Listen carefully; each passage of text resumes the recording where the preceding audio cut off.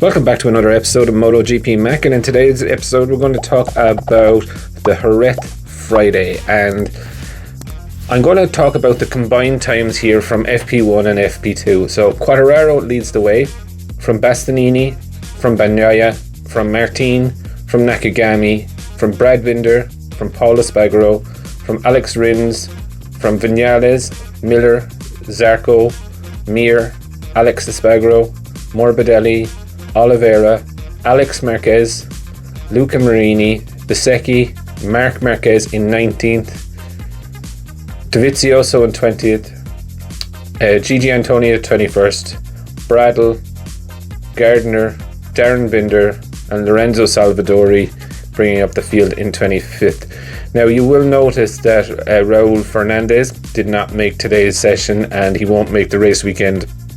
I don't think he'll make the next one either, due to his injuries suffered in Portimao. Now it was a weird day in Jerez. Quartararo was obviously out in front, and look, it was great one lap pace that he's done. Really high temperatures predicted for Sunday's race, so I don't know exactly how he's going to fare with that. We all know the Yamaha really overheats the rear tyre, so it will be interesting to see. He did hurt to his gentleman's sausage in a weird crash in FP1, and from my understanding it wasn't actually the crash that hurt it. It was when he jumped back onto the bike again. He landed wrong, let's just say, and he was looking very sheepish for a while. Yamaha did start pulling the piss out of him by putting pillows on his seat in the grid box, just for the laughs and joke.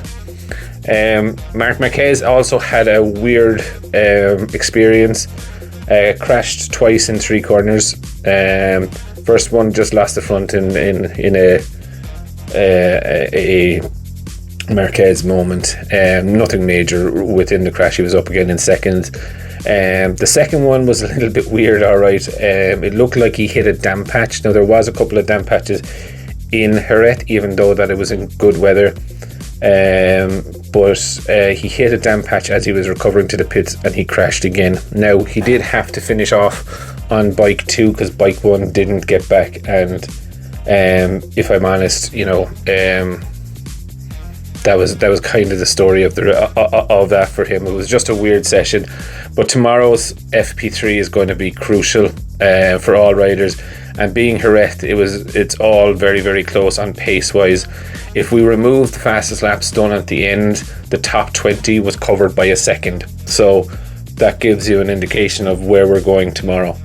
Good to see Bastianini back. He was a bit pissed off that what happened in Portimao. He was hoping that he would finish 5th, but obviously he did have an off there. Pecco Bagnaia seems to be fairly bullish again. He said he's found something in Portimao, that it's just clicked with the bike again, so be interesting to see what happens with him.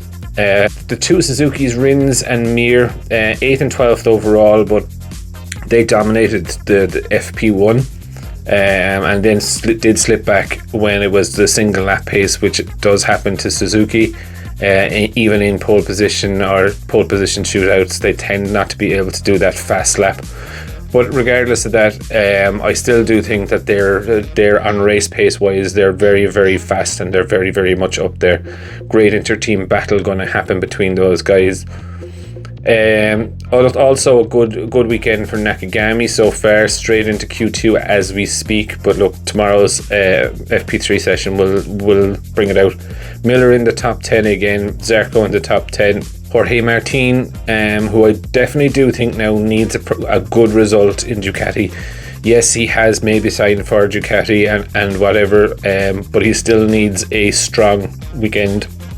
Zarco is outperforming him technically, so, and I know it doesn't really make a difference, but for me, I would, as a rider, I would be more worried about am I beating my teammate than where I am in the championship.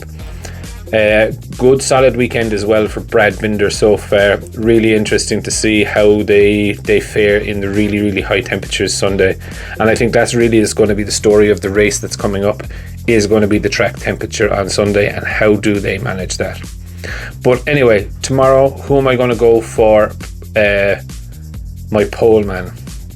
That is a really, really good question, but I think I'm actually going to go with Bastianini for pole. I'd love to know who you're going to go for. Leave it in the comments below, and I will see you again in tomorrow's. I just want to take a minute to also thank you for watching my videos and the support that you've shown so far. If you haven't subscribed already and you would like to subscribe, it would mean an awful lot to me if you did.